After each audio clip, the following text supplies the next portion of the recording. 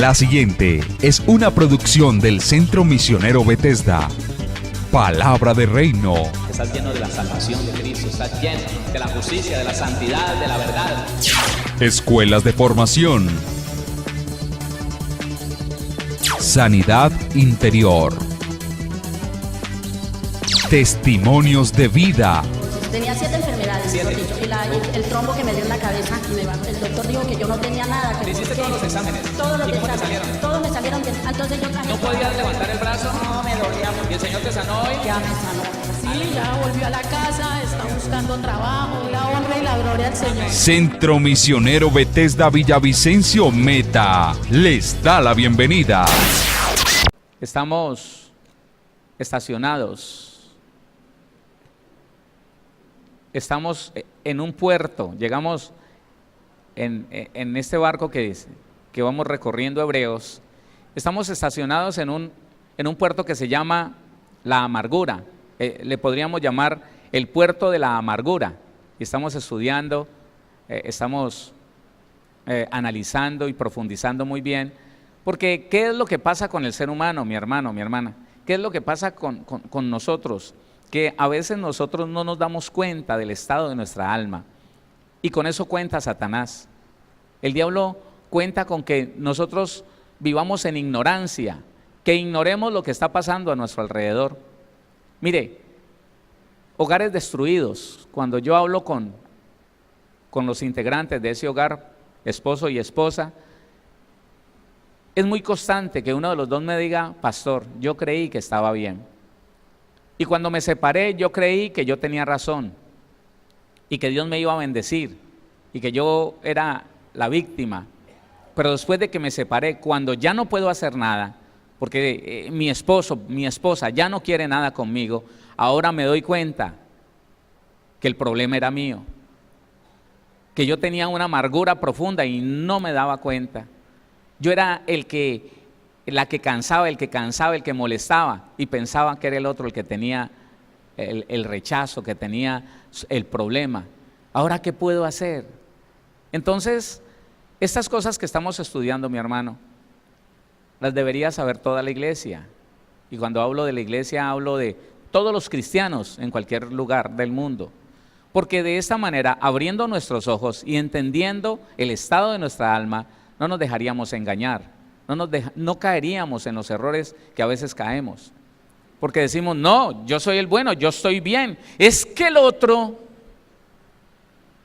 Y la verdad es que no es el otro, soy yo.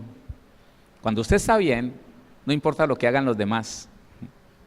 ¿Está escuchando eso? Cuando usted está bien, no importa lo que hagan los demás, porque cuando usted está sano, usted no se ofende. Porque el problema no es que a uno lo ofendan, no. El Señor me enseñó esto directamente, me dijo: Héctor, a ti nadie te ofende, tú te ofendes cuando quieres. Tú determinas, tú escoges las palabras, las actitudes de los demás para ofenderte, pero nadie te ofende, tú te ofendes. Y es el estado de tu alma. Entonces, por esa enseñanza es que estamos estudiando esto, porque Dios me enseñó el lamentable estado de mi alma como cristiano. Y el por qué yo siempre me quejaba de mi esposa, la mejor mujer del mundo, pero para mí era la peor. Para mí era la más llena de defectos. No me la aguantaba. Todos los días decía: uy, qué bueno el día que yo logre separarme. No me separaba por los hijos. Uy, pero es que crezcan un poquito. Y el problema no era ella, el problema era yo. Entonces, por eso estamos estudiando las diferentes raíces de amargura que están en el ser humano. ¿Y por qué están en el ser humano? Porque nos la heredaron. La amargura se hereda, la amargura se enseña, la amargura se transmite y la amargura se produce. Se produce con los daños, se produce con las afectaciones que recibe el muchacho en la primera infancia, desde el vientre de su madre, por los rechazos, por el abandono, por tantas cosas. Pero la amargura se transmite, como lo dice la Biblia. El versículo 15 del capítulo 12 de Hebreos, dice: mirad bien, no sea que alguno deje de alcanzar la gracia de Dios, que brotando alguna raíz de amargura os estorbe y por ella muchos sean contaminados. Entonces, hay una cantidad de padres que han contaminado a sus hijos de amargura. Mire, hay padres que con su resistencia a la autoridad volvieron rebeldes a sus hijos. Hay padres que son responsables por el hecho de que sus hijos nunca pudieron ser buenos cristianos. Ellos les enseñaron a ser rebeldes, a ser resistentes a la palabra. No, y ellos dicen que son muy bíblicos y se sienten muy buenos cristianos. Pero si el que predica no llena las condiciones que a ellos le enseñaron que tenían que tener, esos hijos resisten la palabra. Y son amargados, y están en las iglesias, y están sirviendo, pero son amargados. Y el hecho de no poder identificarlo hace que muchos ministerios tengan grandes falencias, tengan grandes lagunas en el área personal, en el área del carácter. Y entonces una persona llena de defectos, llena de errores, llena de amargura, va a dañar a todos los que se sienten a escucharlo. Los va a dañar. Indefectiblemente los va a dañar, porque eso se contamina. Hay niños siendo contaminados en este momento de la amargura de la mamá. ¡Quítate! ¡Ush! Obsérvese usted, si su cónyuge le hace dar enojo, le hace dar ira y usted se desquita con sus hijos, los está llenando de odio. No se extrañe si hoy algún jovencito le ha dicho a esa mamá: te odio, le sembró amargura, porque todas las cosas que sucedieron en su vida se le inyectaba a ellos. Peleaba con el esposo, peleaba con la esposa: mire esa mamá que tiene usted, mire ese papá que tiene usted. Eso que lo quiere tanto, vea, y ni se preocupa por usted. Tranquilo, a los dos los va a odiar, no se preocupen. El trabajo es bien hecho. Entonces de eso está hablando la Biblia. Y el deseo de Dios, mis hermanos, es que haya una iglesia limpia de amargura. Si usted resiste a alguna autoridad, tiene problemas de amargura, que se le convirtió en rebeldía. Es una de las raíces que hay. Si usted resiste a una autoridad, si usted no tiene una buena disposición de ánimo con todo lo que son las autoridades, créame, no es la autoridad, no es la forma personal de esa autoridad, no es las características de esa autoridad, que hay gente que se pega de uno pero al otro lo aborrece y sigue anhelando el que se fue, y sigue anhelando el marido que ya pasó, y el que tiene lo aborrece, y siempre diciendo: ay, yo me acuerdo del otro, me acuerdo, pero vive con este, y cuando vivía con el otro le hizo la vida a cuadritos. ¿Qué pasó? Vamos a seguir adelante con este estudio de la amargura. Estamos ahí en un lugar llamado la amargura, estudiando y reconociendo. Ahora, déjeme darle un consejo. Si usted identifica que tiene algún rasgo de amargura, no se conforme, hermano. No diga: bueno, sí, como que sí, como que, pues según el pastor, como que sí, pero bueno, ahí vamos. No, hermano. No, porque eso daña su vida. Le repito, mire, hay personas que dicen: me quiero separar. Y yo le digo: sepárese, y la amargura, cuando esté solo, no lo va a dejar vivir bien. El problema no es la otra persona, el problema es el estado de mi alma. Ese es. Y entonces hay gente sola, deprimida.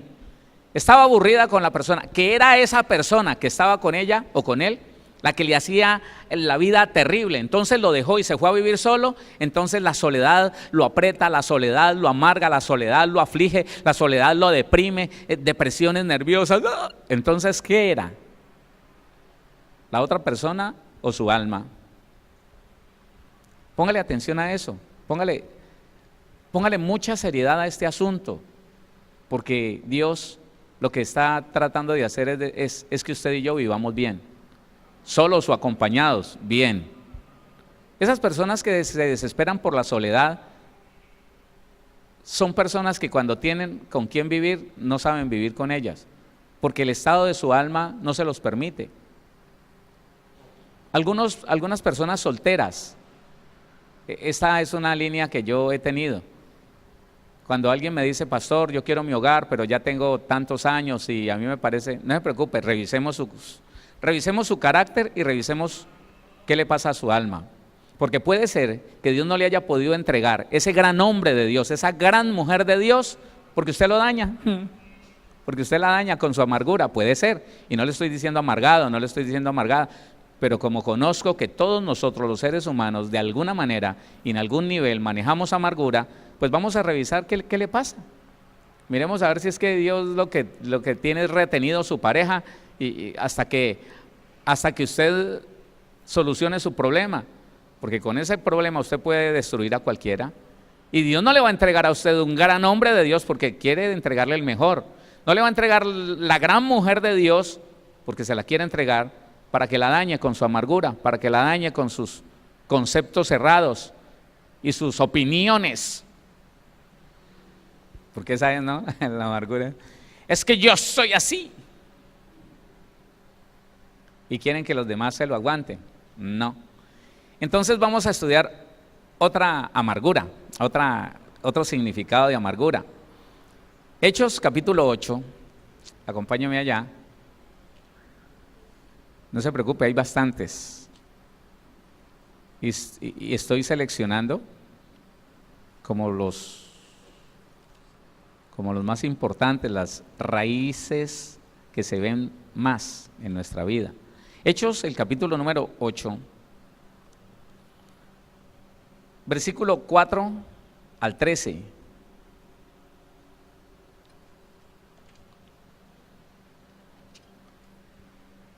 Ocho 4, léanlo conmigo.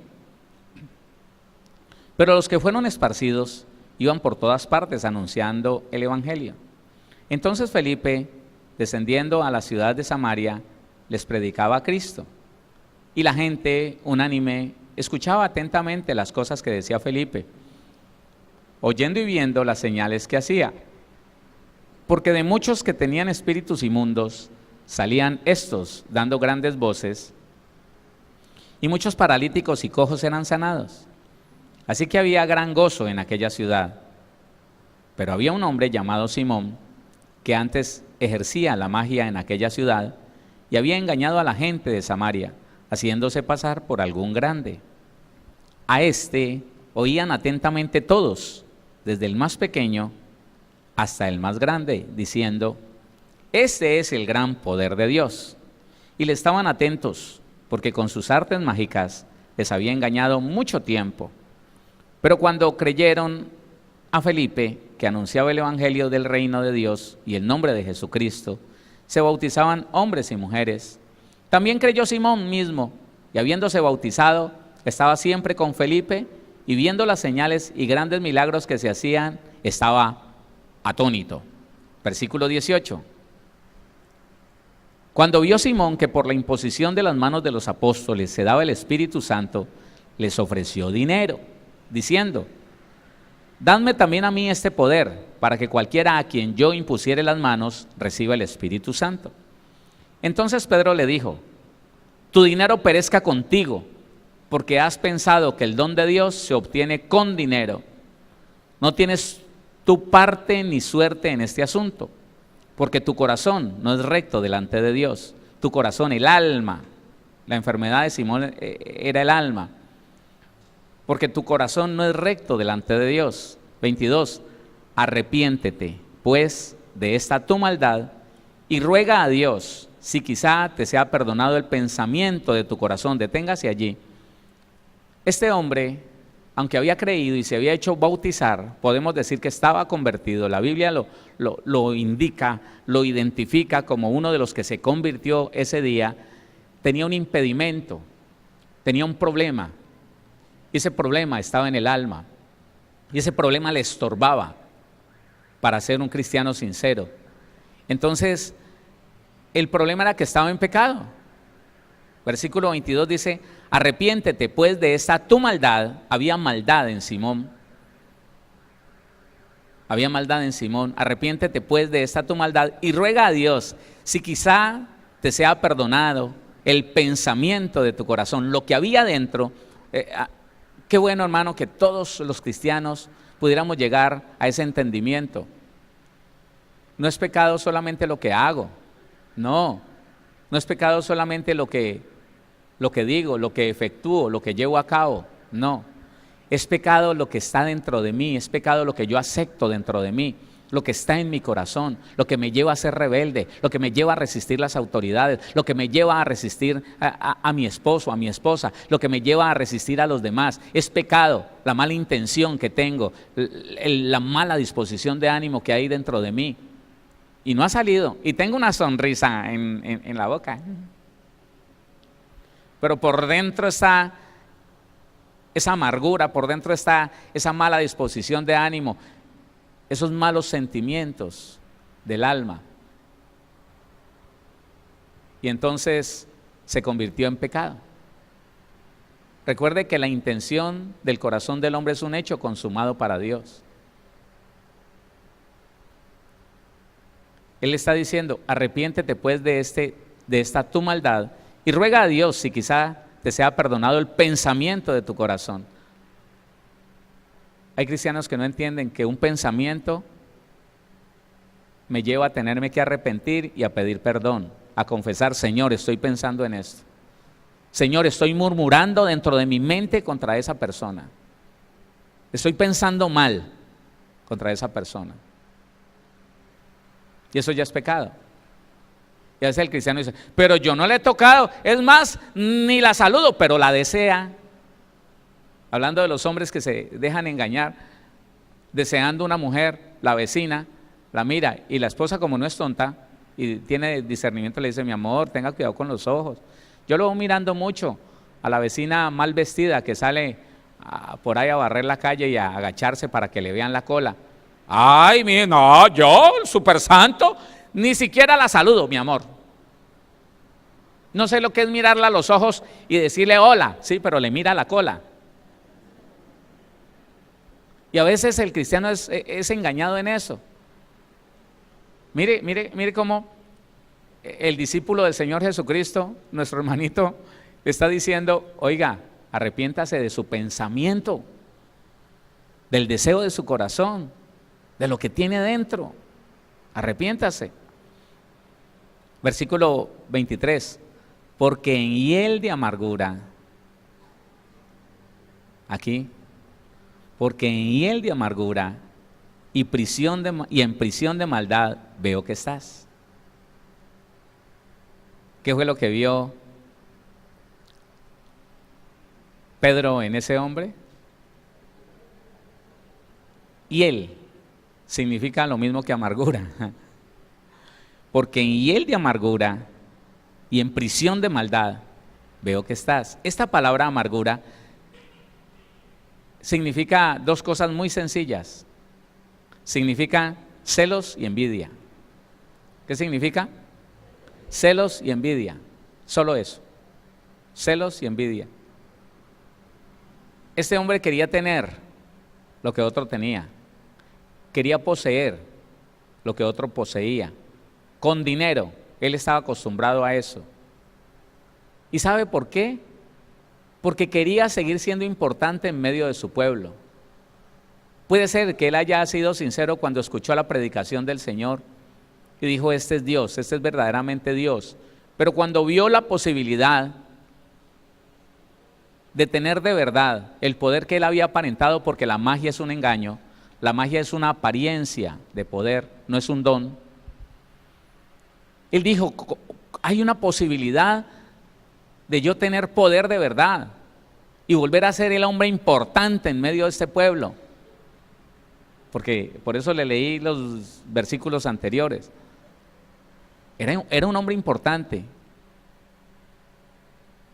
engañoso, pero era un hombre importante. Había engañado el pueblo de tal manera que la gente decía, este es el gran poder de Dios, cuando veían a Simón haciendo sus malabares, sus magias, sus engaños. Mire que, hermano, nosotros tenemos que entender lo que dice el significado de estas palabras. Porque es que cuando se lo inventa a alguien, porque cuando lo dice un psicólogo, uno piensa, dice, no, ese que va a saber bíblicamente, y es bueno que ustedes confíen. Pero cuando yo me voy al significado del griego, de las palabras celos y envidia, entonces me doy cuenta, primero que son símiles, son parecidos, pero que tienen una gran diferencia el uno del otro en una de sus partes. Celos, para los estudiosos, en el griego está en el 2205.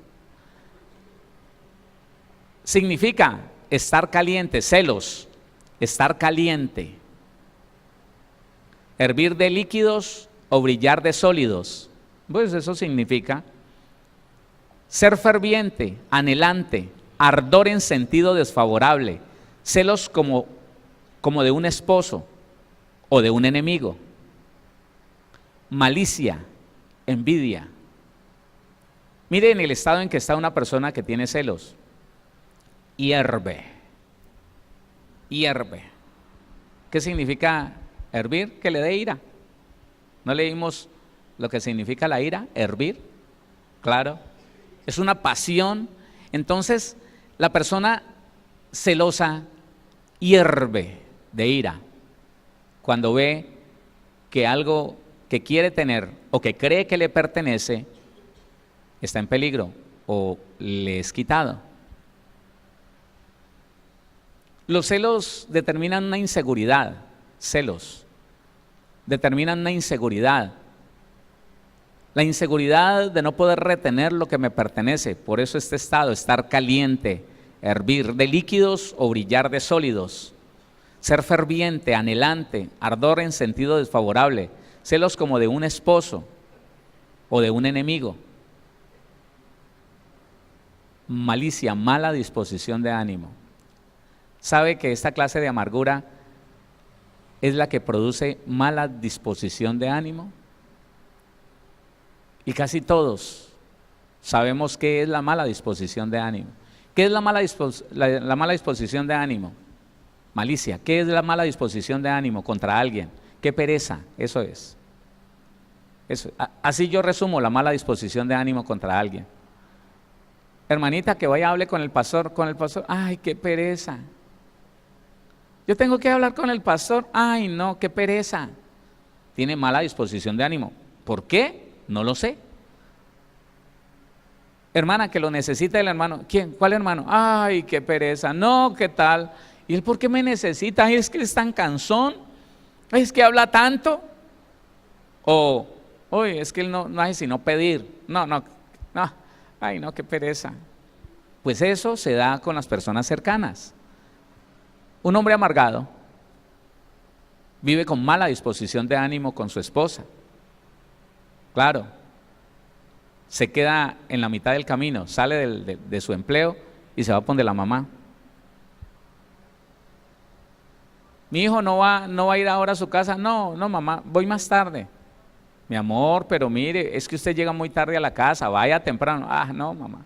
No, qué pereza ir a aguantarme la cantaleta de esa mujer. No, qué pereza. Él piensa que el problema es de la esposa. Pero el problema nace en él, una mala disposición de ánimo contra alguien. Qué pereza. Ah, suegrita, qué pereza. Ah. ¿Y va a invitar a su mamá? Oh, no. Esa salida va a estar muy complicada. ¿Por qué? No. Hay una mala disposición de ánimo. Y cuando se tiene una mala disposición de ánimo, esa persona hace algo, escuche, esa persona hace algo que la otra persona considera un error, y entonces viene el hervir. Ella dijo algo, como ya está indispuesto, voltea a donde su pareja y le dice, ¿te das cuenta? ¿Te das cuenta por qué no me gusta que tu mamá venga? ¿Te das cuenta? Se iba sola y se llena de ira. Pero mi amor, no, esto hasta aquí.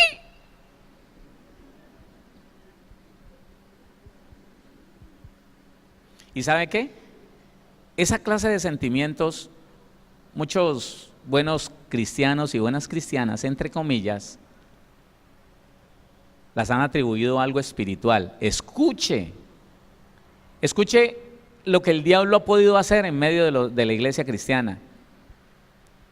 Que un sentimiento de estos que no tienen nada que ver con el espíritu, los sentimientos pertenecen al alma.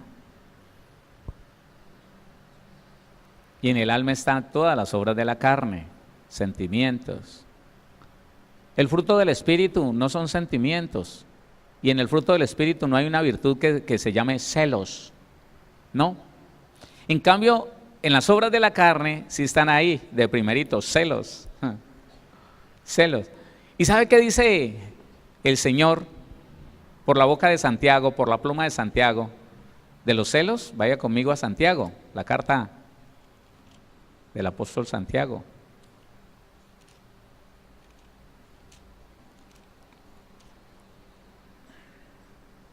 El capítulo número 3.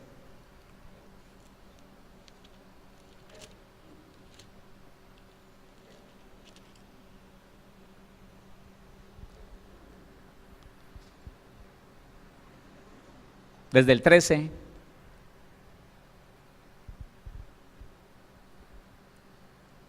(3:13), Santiago, véalo conmigo. Hace una pregunta: ¿quién es sabio y entendido entre vosotros? Diga yo.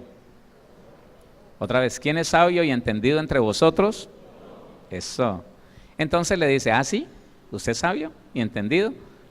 Muestre por la buena conducta sus obras en sabia mansedumbre. ¿Usted es sabio? Usted tiene que ser una persona que sus obras están llenas de mansedumbre y sabiduría. Si están llenas de celos amargos, ira, pleito, contienda, qué pena, no es así. 14. Pero si tenéis celos amargos, ¿se da cuenta que los celos vienen de la amargura? Pero si tenéis celos amargos y contención, pelea y contención en vuestro corazón, no os jactéis. ¿Qué significa jactancia? ¿Qué significa jactarse?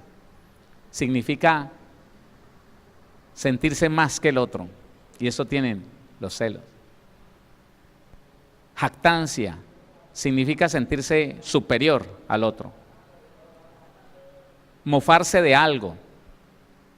Jactancia. Dice: pero si tenéis celos amargos y contención en vuestro corazón, no diga que esto viene de Dios. No diga que Dios le mostró que su esposo le está siendo infiel, que su esposa le está siendo infiel, porque los celos no le dan lugar al Espíritu Santo. Póngale cuidado. La amargura no le da lugar al Espíritu Santo. Una persona amargada nunca podrá decir que tiene discernimiento de Dios, que Dios le mostró. No. Por eso es que al final aquellas personas que se separaron por amargura, sea que se queden solas o que se consigan otra persona, vivirán mal. Pero si tenéis celos amargos y contención en vuestro corazón, no os jactéis ni mintáis contra la verdad. No venga a decir que es discernimiento de Dios. No es así. Dice el versículo número 15: porque esta sabiduría no es la que desciende de lo alto. Esto no es sabiduría de Dios. Los celos no son sabiduría de Dios. Y hay hombres y mujeres justificándose y diciendo: es que Dios es celoso, para justificarse de que está enfermo de esa amargura y de esa obra de la carne. Es que Dios es celoso. Entonces le vive marcando: ¿dónde estás? Prendeme la cámara. ¿Quién está con vos? ¿Ah? ¿Con quién estás hablando? ¿Con quién hablaste allá? Y llega a la casa buscando debajo de la cama, en el armario, a ver. Y está siempre revisándole el teléfono celular. No es malo, pero si lo hace con celos, grave. Porque los celos no es una sabiduría celestial. Los celos no es parte de las virtudes del fruto del Espíritu. Los celos, dice la Biblia, versículo 15, porque esta sabiduría no es la que desciende de lo alto, sino que es ¿qué? Sino terrenal, animal y diabólica. Así que usted no se puede conformar a decir, no, pues sí, lo que pasa es que yo soy un poquito celoso y pues ese es mi talón de Aquiles, ¿no? El cristiano se justifica con eso. No, pues sí, yo un poquito celoso y pues ahí voy, ¿sí? ¿Y cuánto hace de cristiano? Uf, varios años. Y los celos, desde siempre. ¿Y está diciendo que ahí va? No, hermano, tiene que tratar con su amargura, claro, tiene que tratar con su decepción, tiene que tratar con tantas cosas que pueden estar obrando en su vida. Porque donde hay celos y contención, versículo 16, porque donde hay celos y contención, allí hay perturbación, allí no hay paz, allí no hay tranquilidad, allí hay perturbación y toda obra perversa, perversidad, perversión, contrario a la santidad, a la justicia, perversión. Si nosotros recibimos una naturaleza de justicia y santidad proveniente de la verdad de Dios, no podríamos aceptar los celos, porque estaríamos aceptando perversidad, estaríamos aceptando una obra satánica, terrenal, obra de la carne. Por eso dice la Biblia que es una obra de la carne, los celos es una obra de la carne, terrenal, y al ser de la tierra es animal y diabólica. Solo lo celestial no tiene nada que ver con lo terrenal. Entonces, hermano, mire, los celos es algo que viene por el hecho de que le fue quitado algo a usted, tuvo escasez de algo, deseó algo. Es que los celos y la envidia son muy iguales en ciertos rasgos, pero la envidia tiene algo peor. Entonces voy a volver a leerle el significado de celos. Estar caliente, hervir de líquidos o brillar de sólidos, ser ferviente, anhelante, ardor en sentido desfavorable, celos como de un esposo o de un enemigo, malicia, envidia. Entonces, miramos el significado de envidia. El significado de envidia es mucho más amplio. El significado de envidia tiene cuatro significados. Traté de resumirlos. Envidia, mala voluntad, detracción. El que es envidioso se vuelve un detractor. ¿Sabe qué es un detractor? Habla mal.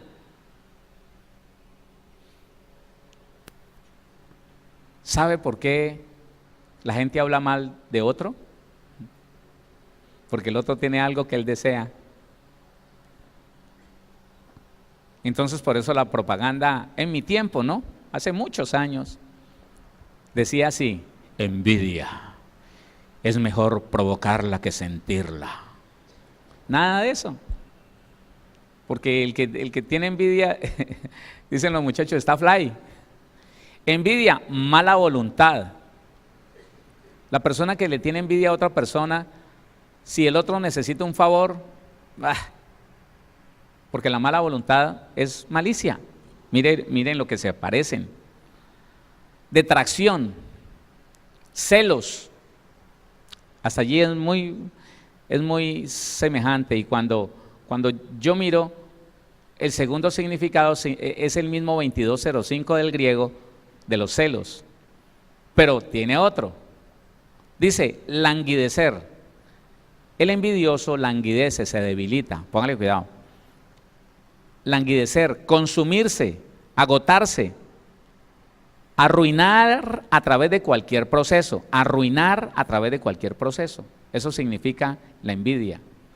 Cuando una persona envidia a otro, lo quisiera ver mal, quisiera verlo en desgracia, pobre. Pero ¿sabe qué dice el significado de esta palabra? Que él es el que va a la pobreza, a la ruina. Póngale cuidado, dice languidecer, consumirse, agotarse, arruinar por medio de cualquier proceso, arruinar a otro por influencia, arruinar a otro por influencia, arruinarse a sí mismo, depravar, corromper, destruir, extraviar, viciado. Este significado de envidia me parece terrible, hermano, porque hágase el modelo de una persona amargada en esta amargura de Simón. Hágase el cuadro, una persona que quiere ver a otro mal, que le desea y se va consumiendo a sí misma, se va enfermando. Se va enfermando. Todo lo que sea para consumirse lo va a aceptar. ¿Cuáles son? A ver, ¿usted sabe cuáles son las enfermedades con las cuales Satanás consume a la gente? La más fuerte de ellas es el cáncer. Pero hay otras que vienen a consumir la persona, otras muy sutiles. Averígüelas. Usted puede meterse a internet y preguntar enfermedades que consumen al ser humano. Van a aparecer allí. Van secando la persona. La van secando.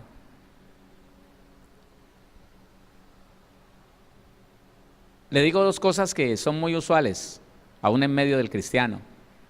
Problemas de la tiroides y migraña. Esas dos cositas. Averígüelo. Me gusta que usted por sus propios medios se entere. Porque esta clase de amargura lleva a consumirse, a languidecer, a agotarse. Es una persona que vive agotada, es una persona que en los procesos de esa clase de amargura se debilita, se siente sin fuerzas, vuelve y está otra vez, pero otra vez, otro episodio, otra cosa. Dice arruinarse por cualquier proceso, arruinar a otro. Son dos cosas diferentes, ¿no? Arruinarse él mismo por cualquier proceso, por medio de cualquier proceso. Pero dice arruinar a otro por influencia. Lo que más me preocupa es de este tercer significado es depravar.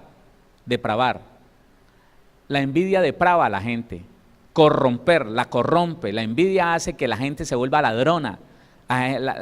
¿Sabe por qué el político corrupto es corrupto? Porque quiere tener lo que el otro tiene, quiere viajar, quiere tener grandes riquezas. Y esa envidia lo lleva a corromperse, corrompido, torcido. La envidia. Depravar, se vuelve depravado el hombre que tiene envidia, se corrompe. Pero esto, dice el significado, destruir, extraviar. Claro, el envidioso extravía su camino, extravía el propósito que Dios había puesto en su vida. Si era una esposa, extravía el propósito de ser esposa. Si era una madre, o si es una madre, si es un padre, extravía el propósito de ser padre y lo bota por ahí, a un lado del camino. Imagínense, yo pienso en esta parte, en esa función tan digna que es la política, el gobernar. Pero por esta cosita que tiene el hombre natural, por eso de la envidia, y qué vergüenza que estuviera en nosotros eso mismo, ¿no? Por esa envidia la gente se tuerce, la gente tuerce su camino, se extravía del propósito de servir a los demás, de servir a su ciudad, a su nación, se extravían. Y terminan tratando de enriquecerse a ellos mismos y terminan en una cárcel. Y si no, aquí en la tierra no se los llevan para la cárcel, bueno, las pagarán todas juntas en la eternidad. Corromper, destruir, extraviar, viciado. El hombre, la persona, hombre o mujer, envidioso, está viciado a una cantidad de cosas. Hay una clase de amargura que somete a vicio, todo lo que sea un vicio. Mire, cosas tan sencillas, alimentos. Pregúntese usted si no es capaz de vivir sin harina, por ejemplo? Pregúntese. Pregúntese si se desespera a determinada hora del día por no tener el cafecito con pan. Pregúntese.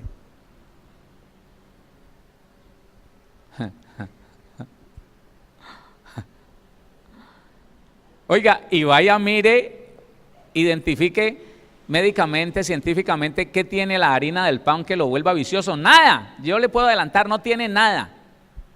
Pero es el estado del ser humano que lo vuelve un vicioso a determinadas cosas. Hay gente que hace cosas por vicios. Hay gente que se levanta a cierta hora a hacer ciertas cosas por vicios.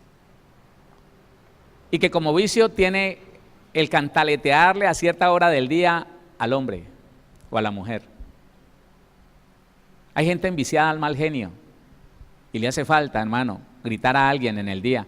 Uy, uy, no, y se va poniendo como desesperado. Hasta que ¡blah!, suelta su veneno, su amargura y queda tranquilo. No, mire a ver. Yo le estoy diciendo, le digo una cosa. De todas estas raíces de amargura tenía yo, de todas, yo sé de lo que le estoy hablando, de todas. Yo no es que me adquirí una información, gloria a Dios que lo encontré en la Biblia, donde me lo describió tal como yo lo viví, pero de todo esto tuve yo. Uy, unas ganas de pelear, hermano, unas ganas de... Y hasta que no me agarraba con alguien por ahí no quedaba tranquilo. Mire a ver si a usted le pasa eso, que se va desesperando, ¿con quién peleo? ¿Con quién peleo? ¿Con quién? Y hasta que no se pega su grito por ahí con alguien, ahí sí se va a dormir tranquilo. El último significado de envidia: indigente, hambre, afán, fatiga, angustia, mirar con detenimiento, inspeccionar fervientemente. Entonces, le voy a decir una cosa. Es parte del estudio. Cuando una mujer, cuando un hombre, sus padres no le dieron un valor, que casi a nadie se nos dio un valor. O usted le dijeron cuando estaba pequeño: hijo, eres el mejor estudiante, vamos adelante. Hijo, eres importante para mí, te admiro, admiro esas cosas buenas que Dios te ha dado y las que hemos podido inculcar en tu vida. Te amo. Eres mi hijo. Fortaleciendo su autoestima, confirmando que hay alguien que lo ama, que hay alguien que está para respaldarlo. Hijo, tú sabes que yo te ayudo. Cuando la persona no tiene ese proceso de fortalecimiento de su identidad, cuando la persona no puede recibir confirmación en sus años de niñez, crece deseando tener o deseando ser alguien que sea importante, que sea atractivo para los demás. Entonces yo le voy a decir, la mujer cristiana que no puede salir a la calle sin arreglarse algo, sin ponerse algo fuera de lo que ya tiene, fuera de lo que ya Dios le dio, que se siente mal si no se hace algo. Estoy hablando desde unos simples zarcillos, desde eso, que se siente mal, como fea, como que algo le falta, sea una línea, sea un rubor, y que cuando ya se aplica eso, cuando ya se hace la corrección, se siente bien. Esa persona, escúcheme, esa persona tiene una baja autoestima. Y esa persona con baja autoestima desea lo que la otra tiene. ¿Por qué entonces la gente, hombres y mujeres, se mandan a poner cola? Y las mujeres se mandan a poner frente. ¿Por qué?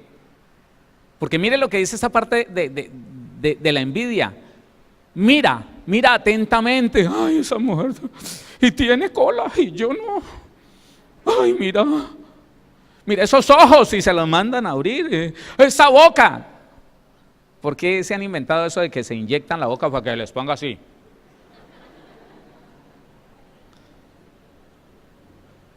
Porque la mujer de baja autoestima adquiere esa clase de amargura, escúcheme, esa clase de amargura que produce envidia, y entonces ella quiere tener lo que otra tiene, quiere verse como la otra, porque siente que así la van a mirar más, va a ser mejor y va a ser más importante. Entonces de esa manera se va a sentir bien, y camina libre, porque se siente bonita, con unos areticos, pero se siente bonita.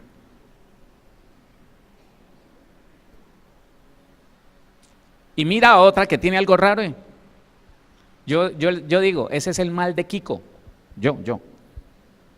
El mal de Kiko, ¿sabe cuál es ese mal? El de la envidia. Que ve al otro y tiembla, dice, uy, ese tiene y yo no tengo. Así. Eso es. Mirar atentamente. Le voy a volver a leer ese último. Indigente, hambre. La persona envidiosa siempre se siente pobre. En esta parte, la persona envidiosa siempre se siente mal, no tengo nada. El otro sí tiene, yo no tengo nada. Y puede estar, hermano, ahito. Puede estar hasta aquí de comida y dice, a uno como le falta tanto. Yo paso dificultades. Esta dificultad, este problema, esta hambre que he tenido que pasar. Pero acabas de comer. Sí, pero es que usted no sabe las dificultades que yo he pasado. Esa es la parte de la envidia. Indigente, el envidioso siempre está pidiendo. Hambre, siempre tiene ganas de más. Dice afán, fatiga, angustia, mirar con detenimiento, inspeccionar fervientemente. Siempre está mirando lo de los demás, siempre está atento. ¿Y ese qué? Ve, mira, ¿ya viste? Esas son las personas que se fijan en cualquier cambio de otro. Yo siempre he admirado en eso, ¿no? A muchas mujeres que llegan mirándolo todo, y yo le pedí al Señor que me diera a alguien en el equipo, porque se necesita alguien que llegue mirando todo con ojo crítico, para poder darse cuenta, mire, allí falta esto, allí falta. Pero esa clase de personas tienen una falencia, y se llama la envidia, una obra de la carne, la envidia. Porque les faltó algo, porque no les dieron algo, porque no tuvieron ciertas comodidades, y entonces están deseando lo de los otros. Inspeccionan. ¿Y ese qué? ¿De dónde se levantaría eso? ¿Quién sabe? Mínimo se endeudó para poder tener eso. Pues, ¿y a uno qué le importa, hermano? Pero eso hace. Mirar con detenimiento. Esas son las que se dan cuenta. La fulana tiene pestañas postizas. ¿Por qué? Yo se las he visto y no son tan largas. ¿Usted se fija en eso? Ay, es que uno... Y parece normal, y parece que fuera natural. No, no es bueno. Ni es natural, ni es bueno. Entonces mire a ver. Esto tenía ese hombre Simón. Tenía celos y tenía envidia. Una persona así no quiere envejecer. Una persona así hace lo que sea. Escúcheme, y si usted conoce hombres verdes, lo que el mundo llama hombres verdes o mujeres verdes, en gran parte es por esto. Cuando una mujer no se le dieron las cosas, cuando un hombre no se le dieron las cosas, se casó, fue feliz, encontró una buena persona, vivió, pero vivió con un anhelo en el corazón, disfrutar más su juventud. Esa persona, cuando llega a cierta edad, a la mujer hay un espacio bien grande que es entre los 35 y los 45 años. Muchas mujeres en ese rango de edad están buscando vivir la segunda juventud. Se alborotan, empiezan a querer conseguir amiguitos que nunca tuvieron. Y les gusta estar en las reuniones de jovencitos. Y los jovencitos las excitan en sus emociones. ¡Ay! Y se quieren hacer ver como muy jóvenes. Y están en compañía de jóvenes y se quitan los zapatos y el hombre es más viejo. Al hombre le da esto a partir de los 40, 45 en adelante. Y qué feo es eso. Un hombre viejo buscando niñas en edades de 20 años, 20 y pico, tratando de vivir lo que no vivió cuando era joven. Por esto.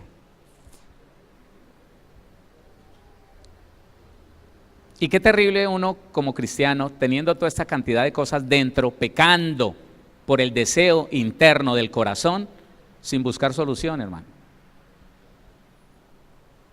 Hoy le dejo claro, estamos pecando si no hemos solucionado un problema de anhelo, de deseo dentro de nosotros. Estamos pecando. Pedro se lo dijo a Simón, tal vez sea perdonado el pecado de tu corazón, porque allá adentro tienes envidia, dentro de ti tienes celos amargos, porque quieres poseer lo que Dios no te ha dado, y lo quieres poseer a cualquier precio, y no te importa mentir, y no te importa, con tu mala disposición de ánimo, influenciar para ver cómo arruinas el propósito de otro, el proyecto de otro, el ministerio de otro.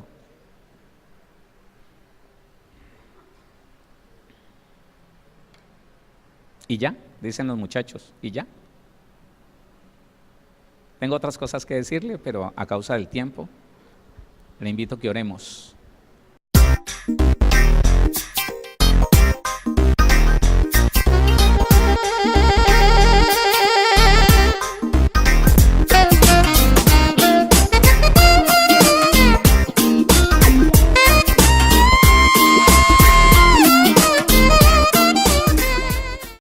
Síguenos en Facebook como Pastor Héctor Cortés, en Twitter como @CMVVillavo, en Instagram como @auténtica Villavicencio y en YouTube como Pastor Héctor Fabio Cortés.